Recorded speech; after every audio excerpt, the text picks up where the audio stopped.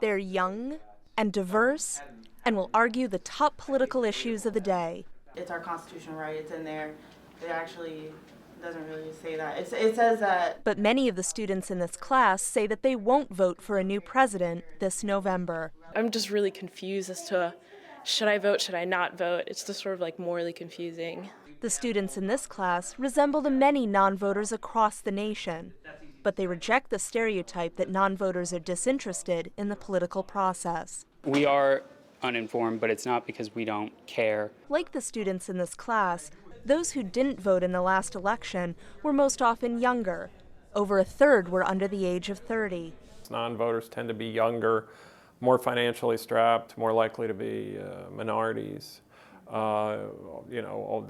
People who are likely voters tend to be older, whiter, more financially secure.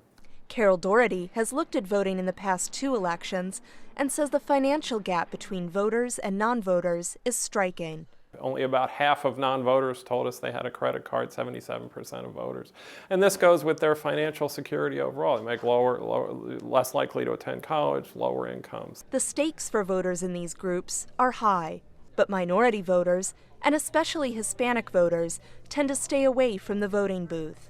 Lauren Reyes is one of those who will not vote, saying she's disenchanted with Democratic frontrunner Hillary Clinton. The way that she's trying to acquire votes from people of color and from minorities is just incredibly embarrassing on her part. I know she's really trying to relate to what they're doing, but it's sort of hard to relate to people when you haven't had to go through what they go through.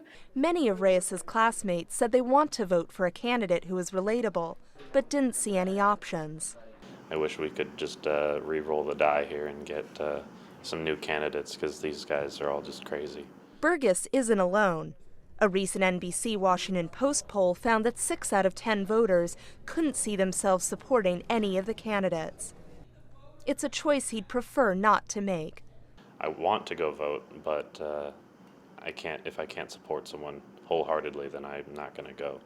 In Alexandria, Virginia, Katherine Gypson, VOA News.